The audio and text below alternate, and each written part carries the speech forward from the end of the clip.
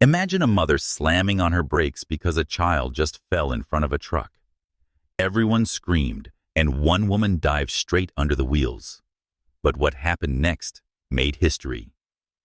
220 Hell's Angels roared in, shutting down the entire highway in minutes. The scream of tires tore through the highway as horns blared. For a heartbeat, the world froze. A massive 18-wheeler bore down, metal roaring, brakes shrieking, but momentum was merciless. A boy lay sprawled on the asphalt, eyes wide, too stunned to move. And in that split second, where no one else could act, one woman dove straight under the wheels. Her name was Marissa Kane. She wasn't a cop, wasn't a paramedic, wasn't anyone trained for this. She was just a woman who saw a child about to die. Without hesitation, she slid across the burning asphalt, her palms scraping raw, arms wrapping around the small frame of Ethan Doyle. She twisted her body, pulling him close, shielding his head as the shadow of the truck swallowed them. The smell of rubber and smoke flooded her nose. Sparks showered as the truck's brakes locked, metal groaning like a beast in agony. Inches separated them from death. The crowd along the roadside gasped. Some turned away, unable to watch. And then, impossibly, the two figures tumbled out from under the truck's path. Rolling across the pavement, the boy clutched tight against her chest. The truck screeched past, jackknifing with a deafening crash, smoke and dust exploding into the air. Silence followed, an eerie, stunned silence. The boy coughed once, alive. Marissa's arms trembled, but she held him tighter. Her own shoulder bruised and bleeding from the impact of the road. People rushed forward. A woman's scream broke through. Rachel Doyle, the boy's mother. She shoved past the onlookers, collapsing to her knees.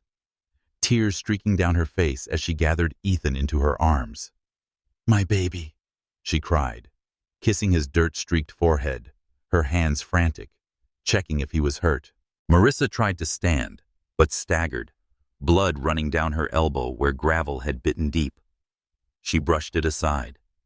Her eyes stayed on the boy, ensuring he breathed, that his chest rose and fell. Nothing else mattered. The police sirens wailed in the distance, growing closer. But instead of gratitude, what came was accusation. An officer marched over, pen and notepad in hand, demanding explanations. "Whose child is this? How did he get on the road? Where were you, ma'am?" His questions stabbed like knives. Rachel, still in shock, couldn't answer. Her words broke apart in sobs. Witnesses tried to explain, pointing, gesturing, but the officer seemed more intent on blame than on the miracle that had just happened. Marissa stepped forward, voice steady, despite her exhaustion. "She's not at fault. I saw it. The kid slipped. No one could have stopped it. If you want the truth, it was chance. And I wasn't about to let chance decide whether he lived or died." The officer's eyes flicked toward her, skepticism sharp. He wrote something down without responding, then gestured to another patrol car that had just pulled up. More officers, more questions. The crowd shifted uneasily. People murmured. Some pulled out their phones, recording, knowing something wasn't right. And while the authorities debated responsibility, one fact remained undeniable. Marissa Kane had dived under a truck to save a boy who wasn't hers. A boy most people would have frozen and watched die. That kind of act doesn't go unnoticed.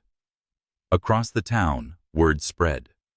A woman had risked everything for Rachel Doyle's child, Rachel, widow of a man who had once ridden with a crew feared and revered in equal measure. Ethan's father had been a Hell's Angel, a man who'd given his loyalty and his life to a brotherhood that never forgot its own. Marissa hadn't known that when she jumped. She hadn't thought about consequences, allegiances, or who might hear about it. But the story was already moving faster than the wrecked truck still steaming on the highway. Somewhere in a bar thick with smoke, and the smell of gasoline. A phone buzzed. A voice cracked through the static. A woman just saved Doyle's boy. Nearly killed herself doing it. Another voice answered, deep, measured, almost ceremonial. Then the road belongs to us tonight. Engines rumbled to life. Tires rolled onto asphalt, and thunder began to gather. Marissa sat on the curb, Rachel beside her, Ethan cradled tight. She didn't know yet what her actions had unleashed. She only knew she couldn't let go of the boy's hand. The world had seen what she'd done. But the world hadn't seen what was coming next. Because when 220 Hell's Angels ride for a cause, the earth doesn't just shake, it stops. Rachel Doyle's hands trembled as she clutched her son against her chest, rocking back and forth on the curb, as if the rhythm might erase the memory of what almost happened. Ethan's face was pale. His little arms wound tightly around her neck, his breath ragged with leftover fear. Beside them, Marissa Kane sat with her palms resting on her knees, blood drying in the cuts across her skin, her heart still pounding from the weight of what she had done. Around them, the crowd of bystanders began to disperse, murmuring to each other, replaying the impossible scene they had just witnessed. Some spoke of the truck driver, who stood pale and shaken, muttering he had never even seen the boy until it was too late. Others whispered about the woman who had dived into certain death and somehow come out alive. Rachel tried to speak, her voice catching in her throat. You saved him. You saved my boy." Her eyes were wide with disbelief, still wet with tears. She had lost her husband years before and had lived with the gnawing fear that one day fate would snatch her son too. Yet here Ethan was breathing in her arms because a stranger had chosen to risk her life. Marissa shook her head softly. "I just did what anyone would have done." But the truth was not everyone would have. In fact, almost no one would. The bystanders had frozen, horrified. But it was only Marissa who had moved, who had acted in that tiny sliver of time before steel met flesh. The officers still hovered nearby, scribbling notes, their radios crackling. One approached Rachel, tone clipped, professional, but cold. "Ma'am, we'll need you to answer a few questions. It looks like negligence. How did your son end up in the middle of a highway?" The words struck Rachel like a slap. Negligence, as if she had placed Ethan there deliberately. Her mouth opened, but no explanation came. How could she explain that? Children sometimes slipped from hands that life didn't pause for perfection. Marissa rose to her feet despite the ache in her legs. "Enough," she said firmly, her voice carrying the authority of someone who wouldn't be ignored. "This boy stumbled, plain and simple. If you're looking for someone to blame, blame me for being a second too far away to grab him sooner. But don't you dare put this on his mother." The officer frowned, unimpressed, but he didn't push further. Instead, he turned to his colleagues, muttering into his radio. Rachel pressed her face into Ethan's hair, whispering softly, "It's okay, baby. You're safe now." But her eyes darted nervously to the patrol cars, the flashing lights, the pens scratching judgment into notebooks. She had lived long enough in this town to know how stories twisted when power wanted them to. What Marissa didn't know yet was the shadow her action had awoken. Ethan wasn't just any child. His father, Luke Doyle, had been a Hell's Angel. Years ago, Luke had died on another stretch of highway. Not in a fight, not in glory, but in an accident that left Rachel a widow and Ethan fatherless before he was old enough to speak. The chapter had never forgotten him, never forgiven the way the town turned its back on his family afterward. Rachel had chosen to live quietly, apart from the roar of engines, apart from the patches and colors that had defined her husband's life. But she remained tethered by blood, whether she admitted it or not. Now whispers were already moving faster than sirens. Bystanders had caught the rescue on shaky phone cameras. Clips were uploading, racing across feeds. The image of Marissa Kane diving beneath a truck to cradle Ethan in her arms was already pulsing through social media. Alongside it came the name Doyle. People remembered. People connected dots. Far from the highway, in dimly lit garages, where chrome gleamed under fluorescent bulbs, the story reached men who rode not for spectacle, but for brotherhood. "Doyle's boy," someone said, passing a phone across a scarred wooden table. On the screen, frozen in a frame of blurred motion and grit, Marissa's body. Arched beneath the looming shadow of the truck, Ethan pressed to her chest. Silence fell over the table. No one needed to ask what it meant. Old debts stirred. Old loyalties sharpened. The road had nearly claimed the son of one of their own, and it had been a stranger who had thrown herself between death and the boy. That was not something ignored. That was something answered. Back on the highway, Rachel tried to stand but faltered, her knees buckling beneath the weight of fear and adrenaline. Marissa caught her arm, steadying her. "You don't have to say anything now," she whispered. "Just breathe. Just hold him." Ethan clung tighter, his small voice muffled against his mother's shoulder. But in the distance, faint at first, came the sound of engines, a low hum growing louder. Not one, not two, but dozens. People on the roadside looked up, confused. The officers paused, exchanging weary glances. Rachel froze, her face paling as recognition struck her. She had heard that sound before, years ago, when her husband's brothers had gathered to mourn him. It was the sound of loyalty rolling closer, a storm on two wheels. Marissa heard it too, though she didn't understand it yet. All she knew was that the boy she had saved was trembling. The mother clutching him was staring into the horizon, and the air itself seemed to thicken with something heavy, inevitable. The story had only just begun. The engines grew louder, carrying a rhythm that rattled the windows of stalled cars along the highway. People leaned against hoods and stood on tiptoe, craning their necks to see what was coming. The police officers straightened, hands instinctively drifting toward their belts. Even before the first headlights pierced the dust, the sound alone was enough to announce it. Bikers, not a handful, but a wave. Marissa rose slowly, her eyes narrowing as she searched the horizon. The noise sent a shiver through her bones, not from fear, but from anticipation. She didn't know why, but something told her this was connected to what had just happened. That saving Ethan had set off a chain she couldn't yet understand. Rachel gripped her son tighter, her breath catching as recognition dawned.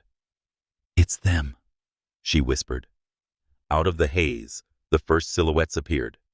Rows of chrome gleamed under the fading sun, engines thundering in unison. The Hells Angels were arriving.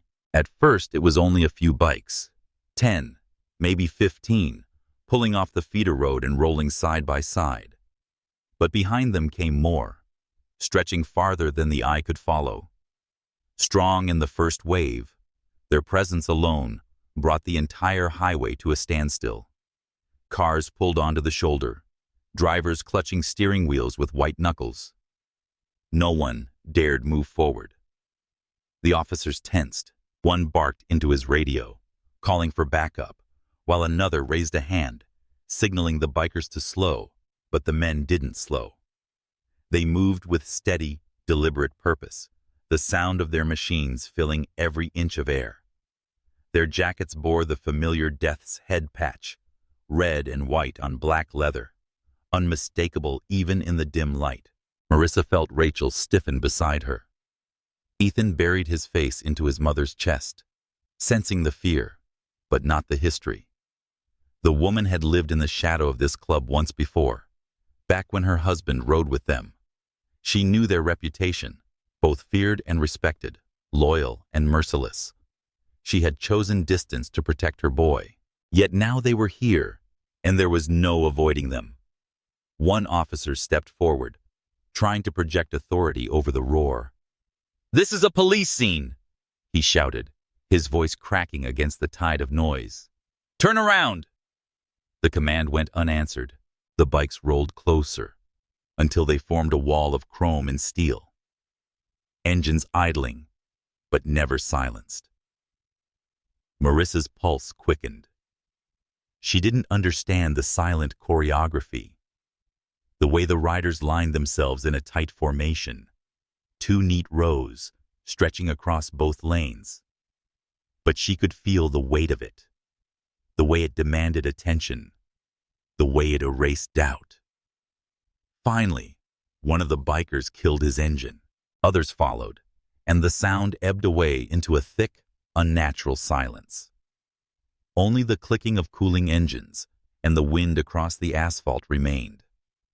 The leader swung a booted leg off his bike, rising to full height. His face was weathered, his jaw hard, eyes shadowed beneath a bandana pulled low. He scanned the crowd, pausing when his gaze fell on Rachel and Ethan. Something shifted in his expression. Not softness, but recognition. Rachel lowered her head, as though trying to make herself invisible. But it was too late. The leader took a slow step forward, then another, boots striking the pavement with steady purpose. He stopped only a few feet away, his presence commanding silence even from the officers. "You," he said finally, his voice low, steady, and carrying like gravel across stone. "That boy, Doyle's boy." Rachel's knees weakened. She opened her mouth, but no words came. Marissa instinctively stepped closer, placing herself slightly in front of Rachel and Ethan. She didn't know what this meant, but she wouldn't let the boy she had risked her life for be threatened again. The leader's eyes flicked to her, narrowing with curiosity. "You're the one they're talking about." The woman who went under the truck, his gaze sharpened. "Why?" Marissa held his stare. "Because he was going to die." The leader tilted his head as though measuring the weight of her words. He looked back at Rachel, then down at Ethan, who peeked nervously from his mother's arms. Silence stretched thick enough to choke. Then the man turned, raising his hand. In unison, every biker behind him revved their engines once, the thunder shaking the ground. It wasn't rage, it was respect. Rachel gasped softly. She had seen this ritual before, long ago. It was the sound of acknowledgement, of solidarity. The boy's father had earned it once. Now his son had inherited it, not by blood alone, but by the act of a stranger who had thrown herself against death. The police didn't see it that way. "Enough of this," one officer snapped, stepping forward. "This is intimidation. Disperse immediately or you'll be arrested." His voice cracked with nervous bravado. The bikers didn't even glance at him. They had eyes only for Marissa, Rachel, and the child. Marissa felt it in her chest. The shift in power. Whatever authority the police thought they held had evaporated. The road belonged to the riders now. The crowd sensed it too, whispering, filming with their phones, capturing history in real time. Rachel clutched Ethan tighter, her voice breaking as she whispered into Marissa's ear. "They won't leave now. Not until everyone knows whose son he is, and not until they've made their point." Marissa looked back at the endless rows of bikers stretching across the highway, the hum of their machines vibrating through the earth like a living heartbeat. She didn't yet know what it meant for her, for Rachel, for Ethan. But she understood one thing with startling clarity. The silence on the highway was only the pause before the thunder. Engines still lined the horizon, stretching farther than the crowd could count. What had begun with a few riders now swelled into something that dwarfed everything else on that highway. 40 bikers had arrived in the first wave, but their numbers grew with every passing minute. Soon, the air was thick with gasoline, leather, and anticipation. The police officers, who had once barked orders with certainty, now shuffled nervously, caught between protocol and reality. They had never seen this many Hell's Angels gather in one place outside of funerals or rallies. Marissa steadied herself, her gaze moving between Rachel and the boy. Ethan clung tightly to his mother's jacket, too exhausted to cry, too overwhelmed to speak. She could feel his little hand trembling against hers. She whispered, "It's okay, kid. You're safe." Though even she knew the world around them didn't look safe at all. The first 40 bikers idled in front, their bikes forming a barricade across both lanes of the interstate. Behind them, more roared in, headlights like a trail of fireflies, their engines booming off the walls of nearby overpasses. Every driver stuck in traffic now sat frozen, cell phones raised, documenting what felt like a scene out of another world. Some whispered about riots, others about war, but those who knew better, those who recognized the red and white patch, understood it was loyalty being carved into asphalt. The lead rider stepped forward again, scanning the police line. The tension was heavy, electric. He raised 2 fingers, and instantly the formation tightened. Bikes shuffled forward, wheels angled, exhaust pipes glowing. It was a wall, not of metal, but of intent. No one would be allowed through unless they permitted it. One officer, his voice shaking but loud, shouted, "This is unlawful assembly. Disperse immediately." But his words dissolved against the thunder of 100 throttles revving in unison. The sound wasn't just noise, it was command. It drowned the law, erased authority, and left only vibration in its wake. Rachel squeezed Marissa's arm. "You don't understand," she whispered. "When Luke died, they swore they'd never let his family stand alone. Ethan is their blood, even if he never wears the patch. And you," her voice cracked, "you just tied yourself to them by saving him." Marissa's eyes stayed locked on the riders. She hadn't thought about bloodlines or brotherhood when she dove under that truck. She hadn't cared who the boy's father was. But now, standing in the middle of a locked-down highway, surrounded by officers on one side and 200 bikers on the other, she felt the weight of what she had triggered. The second wave arrived. 80 more riders rolled in, their formation swallowing every empty stretch of asphalt. They came from feeder roads, from exit ramps, from miles away, answering a call that had spread like fire. And as they settled into place, the lead rider lifted his arm. Silence fell. Engines killed one by one until the highway held its breath. Only the faint chirp of radios and the rustle of wind remained. The leader's voice cut through the stillness. "This road belongs to us until justice is served." He didn't shout. He didn't need to. The statement carried with the weight of a verdict. His gaze swept across the officers, daring one of them to argue. Not a single word came back. Marissa could feel the fear from the police line. But behind that fear was something else. Doubt. These men weren't just here to posture. They were here with a purpose. The crowd still filming caught every second. Within minutes, those clips would race across feeds, fueling a narrative that no official statement could control. Rachel leaned down, kissing Ethan's forehead, whispering comfort. But her eyes never left the sea of riders. She had lived her life avoiding their gaze, building distance between her son and the world his father had once claimed. Yet tonight, distance was no longer possible. They had found her. A child nearly killed by chance, a stranger who defied death to save him, and a brotherhood that had arrived to write a response in thunder. Marissa lifted her chin, feeling every pair of eyes on her. She wasn't a biker, wasn't one of them, but the leader had recognized her act as if it was part of their code. And now, like it or not, she was at the center of something larger than she ever wanted. Far down the interstate, The third wave of engines began to rise. The number would swell to 220 before the night was over. They weren't here to make trouble. They were here to make a point so loud the world couldn't ignore it. The police radios crackled again. "Do we move in?" one voice asked. Another answered quickly. "Negative, not with those numbers." Marissa caught the exchange, her breath catching in her chest. She knew then the rules had flipped. Whatever happened next, it wouldn't be written by badges or laws. It would be written in engine thunder.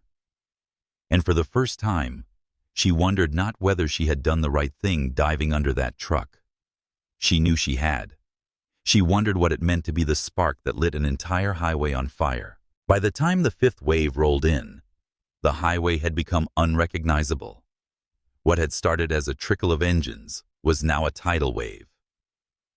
220 Hell's Angels filled every lane, every shoulder, every stretch of blacktop. Their machines gleamed under the orange glow of the setting sun, chrome catching the light like blades. Helmets tilted in unison, patches identical red and white against black, their insignia glaring like a warning no one could mistake. It wasn't chaos. It was order. A living, breathing wall of steel and willpower that had materialized in less than an hour. No car moved. No officer dared to advance. The sound alone kept them frozen. The low, pulsing thrum of engines idling. Not wild, not reckless, but measured, synchronized. A heartbeat of war drums, steady and suffocating. Civilians who had been filming from the roadside realized they weren't just spectators anymore. They were witnesses to something historic. Social feeds flooded with images of the blockade. Hashtags already trending.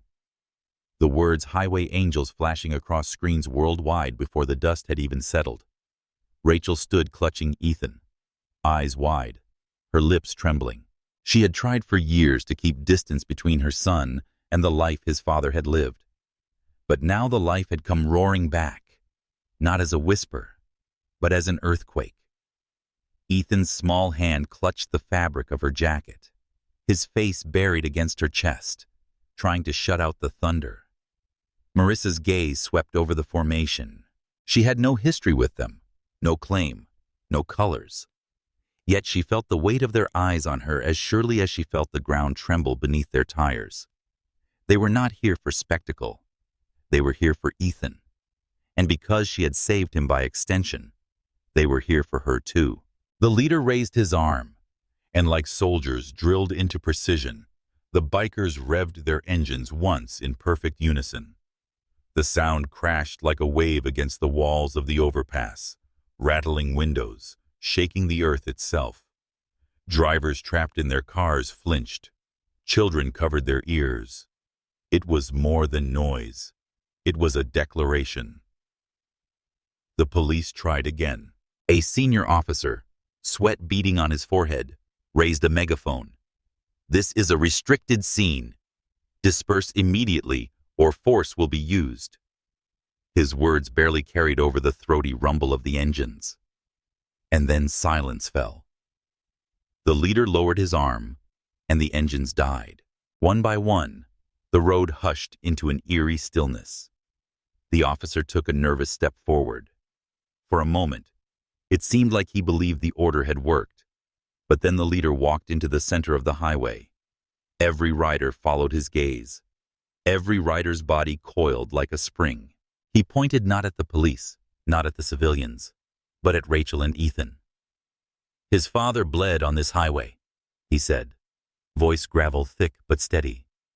"And today, this boy nearly did too. Not by choice, not by fight, but because no one here cared enough to protect him except her." His eyes flicked to Marissa.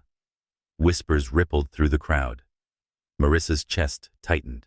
She hadn't done it for recognition. She hadn't done it for a legacy. But now her act was being woven into something much bigger, something she couldn't control. The leader turned back to the officers. "You see, 220 men here, But you don't understand.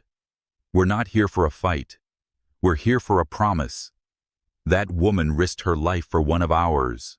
That makes her one of us. Whether she wears the patch or not. You will not lay a hand on her. You will not accuse this mother. And you will not forget whose son this is. The silence that followed was heavier than any threat. The officers shifted uneasily. They weren't trained for this. Not this kind of raw, unshakable unity. The senior officer lowered the megaphone slowly, knowing any wrong move could ignite something unstoppable. From the sideline, civilians felt the shift. It wasn't just a standoff anymore.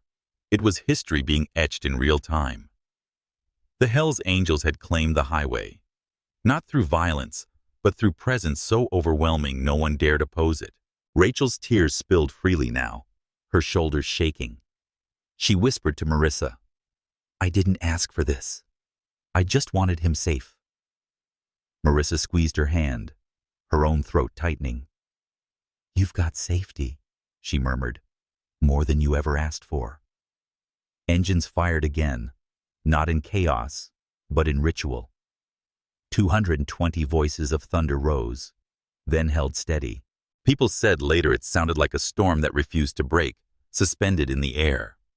The bikers had shut down an entire interstate, not with weapons, but with loyalty. And in that suspended moment, no one dared step forward. Not the police, not the bystanders, not even fate itself. The highway no longer belonged to the state, or to the law, or to the crowd. It belonged to the brotherhood, and to the boy who carried their bloodline. For Marissa, standing at the epicenter, the realization burned deep. She had not just saved a child's life. She had pulled a thread that unraveled into a force larger than she could have imagined. And once that force rolled in, nothing would be the same again. The highway had become a battlefield without a single shot fired. On one side, 220 Hells Angels sat astride their bikes, engines idling low like a line of caged predators. On the other, a wall of police cruisers in uniforms, their flashing lights throwing red and blue across the night. Between them, Rachel held Ethan close, Marissa at her side. Both women caught in the gravity of two powers staring each other down. No one spoke. The silence was suffocating, broken only by the clicking of radios and the occasional cough of exhaust. Tension thickened like smoke, every second stretching longer than the last. The police shifted in their boots, hands brushing weapons, not because they planned to use them, but because instinct demanded it. The riders didn't flinch, didn't twitch, didn't betray a single shred of fear. Finally, a police captain stepped forward, his face pale, but his chin lifted with forced authority. He raised a megaphone, his voice echoing down the asphalt.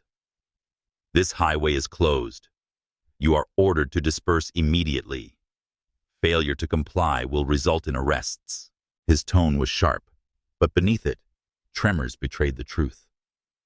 The leader of the Angels stood from his bike and walked forward, boots thudding against the cracked pavement. He didn't carry a weapon, didn't need to. His presence alone spoke louder than anything the captain could muster. He stopped just shy of the yellow police tape, staring into the eyes of the man behind the megaphone. Then he spoke calm, steady, but ironclad. "This road belongs to no one tonight but us. We didn't come for trouble. We came for truth. A child almost died here, and the only person who lifted a hand to save him wasn't wearing a badge. She was a stranger, and instead of thanking her, you tried to turn blame onto his mother." He gestured toward Rachel, her face pale, tears streaking her cheeks. "We don't forget. We don't forgive, and we don't move until that record is set straight." The captain's grip on the megaphone tightened. His jaw worked as he searched for words. Behind him, one officer muttered, "We can't let them dictate the scene." Another hissed, "Do you see their numbers? You want a riot?" Marissa felt the weight of every gaze turned toward her. She hadn't asked for this spotlight, hadn't sought the patch or the power. She had just wanted to save a boy. Now her act was the fulcrum upon which the entire night balanced. She whispered to Rachel, "Stay close. Whatever happens, don't let go of him." The officers tried again. "If you don't disperse, we will use force." But even as the words left the captain's mouth, doubt crackled in the air. The civilians filming knew it. The riders knew it. The police themselves knew it. 220 men bound by loyalty weren't about to back down because of a threat barked through a megaphone. Engines roared in response, a deafening chorus that made the ground tremble. Not a charge, not yet, but a warning. The kind of sound that reminded everyone with an earshot that force didn't always need bullets. Sometimes it only needed momentum. One rookie officer, sweat dripping down his temple, raised his hand toward his holster. The crowd gasped for a split second. It seemed like the spark that could ignite disaster. But Marissa stepped forward before anyone else could move. Her voice cut through the noise, sharp, clear, commanding in a way she didn't expect from herself. "Stop!" The word hung in the air, commanding silence, even from the bikers. "Enough of this. This isn't about war. This isn't about sides. This is about a boy who almost died and the truth of what saved him. That's all." The leader's eyes flicked to her, and slowly he nodded once. His hand went up and the engines quieted back to a steady hum. The police captain hesitated, caught between pressure and pragmatism. He lowered the megaphone, his face flushed, his authority cracking under the weight of the moment. "You think you can scare us?" the captain muttered. The biker leader leaned forward close enough that only the first few rows could hear, but the menace carried. "If we wanted to scare you, Captain, you'd already know we're here for justice, not fear. But make no mistake, we don't leave until it's given." Rachel buried her face against Ethan's hair, trembling. Marissa's hand closed around her shoulder, steadying her. She didn't know what the next hour would bring, but she knew one thing with absolute certainty. The night teetered on a knife's edge. One wrong move from either side could turn silence into thunder. No one backed away. Not the police, not the bikers. The air was charged. A battlefield without bullets. A standoff where loyalty and authority collided head-on. The world outside had no idea what was about to break loose. But everyone trapped on that highway did.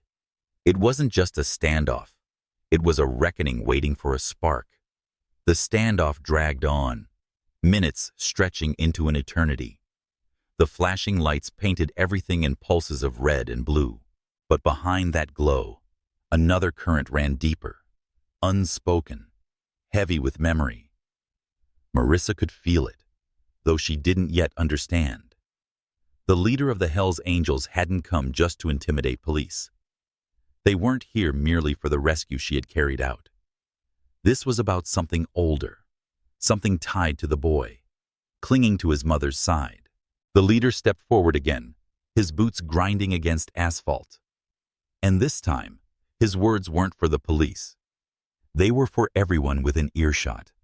Civilians, riders, and the woman who still held Ethan in her trembling arms. "Most of you don't know this boy," he began, voice resonant, steady. "But some of you know the name Doyle." Rachel stiffened, her head jerking up, eyes locking on him. The sound of her husband's name spoken aloud on that highway felt like a blow to the chest. Ethan blinked at her, confused, sensing her fear. The leader's gaze softened for the first time. "Luke Doyle," he said, turning his eyes toward the horizon as though recalling another place, another time. He wasn't just a rider, he was a brother. The kind who'd give his jacket in a storm, who'd put his body between a blade and a man he barely knew, a man who rode not for glory, but for the man next to him. Murmurs rippled through the formation. Some nodded, others lowered their heads, remembering. Marissa's breath caught. She had heard the name faintly, whispered by Rachel once during their scattered conversations, but never with weight, never with story. The leader went on years back on another highway. There was a crash. A car, drunk driver, swerved into the path of a pack of riders. Luke didn't hesitate. He shoved a brother clear, took the hit himself. He never got up again. And while the world moved on, while the town forgot, we didn't. We don't forget our own. Rachel covered her mouth with her free hand, shoulders shaking. Marissa reached for her, steadying her once again. Ethan looked up, eyes wide, not fully understanding, but sensing the gravity. The leader's voice grew harder, sharper. "This boy," he pointed at Ethan, "is Luke Doyle's blood, and that means he is ours. That woman," his hand shifted toward Marissa, "put her body on the line for him, the way Luke once did for us. You think we'll leave this road while blame is being thrown at his mother, while her name is dragged through dirt? No, not tonight, not ever." The crowd erupted in low, guttural agreement. Engines revved, not wild, but purposeful, like a choir of thunder, affirming his words. The police captain shifted uncomfortably, suddenly aware that this wasn't just an assembly of bikers. It was a eulogy renewed, a debt remembered. Rachel's tears streamed unchecked. She whispered hoarsely, "I told you, Ethan. I told you your father was brave." The boy pressed closer, confused, clinging to the fragments of truth breaking open around him. For years, Rachel had kept Luke's memory buried, fearful that his name would drag her son into a world of danger. But here it was, alive again in the roar of engines and the unyielding loyalty of men who would not let Luke's family stand alone. Marissa finally spoke, her voice quiet, but firm. "So that's why you came." She looked into the leader's eyes, and he gave a single nod. "Respect," he said simply, "for a man who gave everything, for a boy who carries his name, and for the woman who risked her life like one of us." The police line faltered.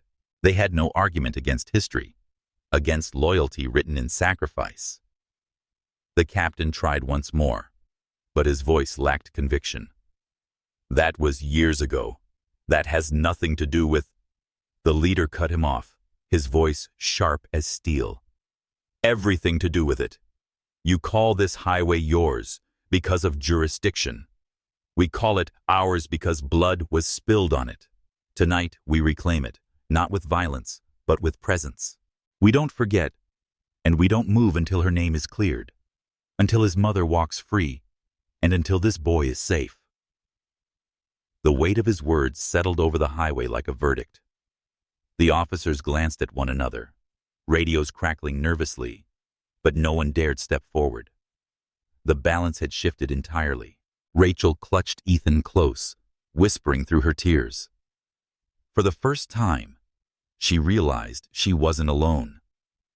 For years, she had carried the burden of Luke's memory in silence, afraid of what it would bring. But now, standing on a highway locked down by loyalty, she understood what he had left behind. Wasn't just pain, it was a brotherhood that would never let his blood be forgotten. And Marissa, standing beside her, realized she had stepped into a legacy she had never asked for. By saving Ethan, she had stepped into Luke's shadow and into the embrace of a brotherhood that didn't forgive, didn't forget, and never backed down. The night no longer belonged to the law. It belonged to memory. It belonged to Luke Doyle. And it belonged to the child whose life had just tied the past to the present, in a chain of loyalty stronger than steel. The silence stretched so thick across the highway, it seemed the night itself held its breath. 220 engines idled in unison, a living heartbeat that pressed down on every chest within earshot. The police line stood rigid but hollow, their megaphones lowered, their radios buzzing with static as commanders whispered half orders no one wanted to execute. It was no longer a question of law. It was a question of will, and the Hell's Angels had made their answer unmistakable. Marissa shifted her stance, keeping Rachel and Ethan close to her side. She could feel Rachel trembling, could hear the tiny hitch in Ethan's breathing as he pressed his face against his mother's shoulder. But beyond their fear was something else. Safety, a shield they had never known until now.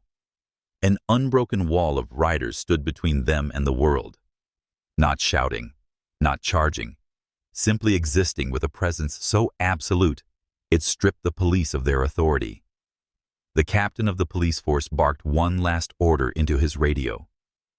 "Fall back to secondary positions. Maintain perimeter." His words were brave on the surface, but his body told another truth. Shoulders hunched, jaw clenched, eyes darting. He knew pressing forward would mean catastrophe. He knew history would not remember him as the man who triggered a bloodbath over a widow and her child. Slowly, reluctantly, the officers stepped back. Their boots scuffed the asphalt retreat disguised as tactical repositioning. Phones went up everywhere. Civilians trapped in their cars filmed through windows, capturing the unthinkable. An entire police force stepping aside while 220 bikers stood their ground. The clips would spread by dawn. The world watching loyalty outmatch law on a stretch of nameless highway. The leader of the Angels raised his hand. Engines cut one by one until the night was eerily quiet. Then he turned, not to the police, not to the crowd, but to Marissa. "It's time," he said simply. The formation shifted. Bikes rolled back, parting down the center, their headlights flaring to life like torches. They formed two unbroken lines stretching into the darkness, chrome and leather gleaming under the glow of street lamps. It wasn't a blockade anymore. It was a corridor of honor.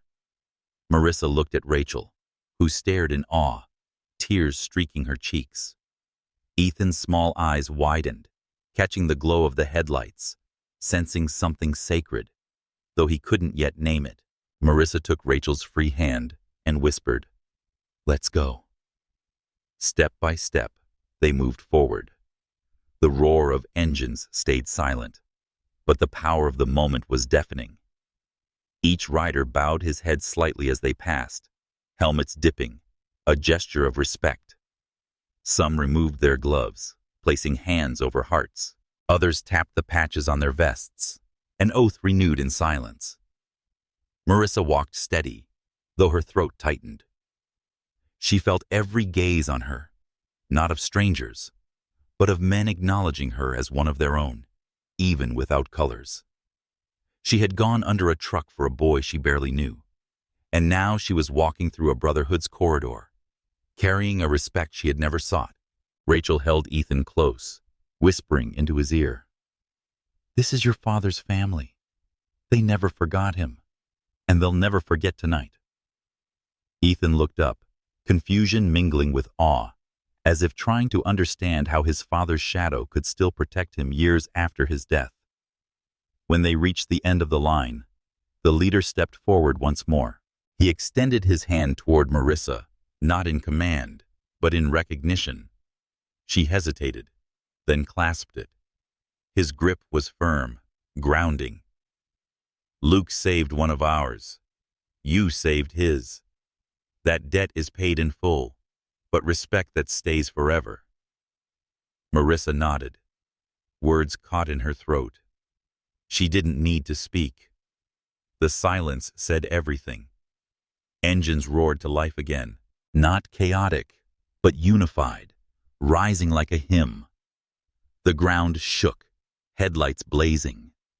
A final salute to the woman who had risked it all, the widow who had endured in silence, and the boy whose life now carried a legacy louder than thunder. As the last echoes rolled across the night, the police stood powerless. Civilians whispered, and history etched itself into asphalt. For years to come, people would talk about the night the highway stopped breathing, when loyalty proved heavier than law. Marissa, Rachel, and Ethan stepped off the asphalt, not as victims, but as the center of a story that would ride on forever. And as they disappeared into the glow of the corridor, the truth lingered like exhaust in the night. Some rescues last seconds, but some echo forever.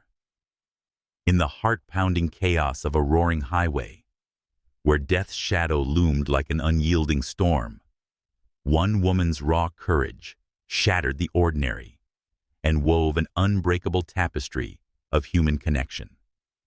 Marissa Kane, a stranger thrust into heroism's unforgiving grip, didn't hesitate as little Ethan Doyle tumbled into the path of a merciless 18-wheeler. With palms scraping raw against blistering asphalt and the acrid bite of burning rubber filling her lungs, she dove beneath those crushing wheels, her body a fragile shield for a child she didn't know. In that suspended heartbeat, as sparks flew and the world held its breath, Marissa didn't just save a life. She ignited a fire of loyalty that thundered across miles, summoning 220 Hell's Angels to a standstill that silenced sirens and bent the law itself. This isn't merely a tale of rescue. It's a profound lesson etched in the grit of real life. That true valor blooms not from capes or crowns, but from the quiet fire within us all, and it has the power to awaken dormant bonds, turning isolated souls into a symphony of solidarity. Ethan's father, Luke Doyle, a fallen brother whose sacrifice once carved loyalty into the club's unyielding code, lived on in that blockade of chrome and leather, a roaring testament that family isn't bound by blood alone, but by the echoes of selflessness that ripple outward, mending fractures we thought irreparable. Rachel, the widow who'd buried her grief in silence, found herself enveloped not in judgment, but in the thunderous embrace of men who'd sworn to protect what Luke left behind. And Marissa? She emerged not as a bystander, but as kin. Her scars, a badge of honor in a brotherhood that honors the heart over the patch. Oh, how this stirs the soul, to remember that in our hurried world, where indifference often drowns out the cry for help, one act of unfiltered bravery can summon the cavalry from the shadows. It whispers to us, be the diver under the truck, the voice against the blame, the hand extended without expectation. For in those moments, we don't just alter fates, we redefine legacies, proving that loyalty, once kindled, rides eternal, fiercer than any storm. What hidden heroism lies dormant in you, waiting for its highway? Share in the comments below. Have you ever witnessed or embodied a spark of courage that changed everything? Your stories fuel this fire. Let's roar together.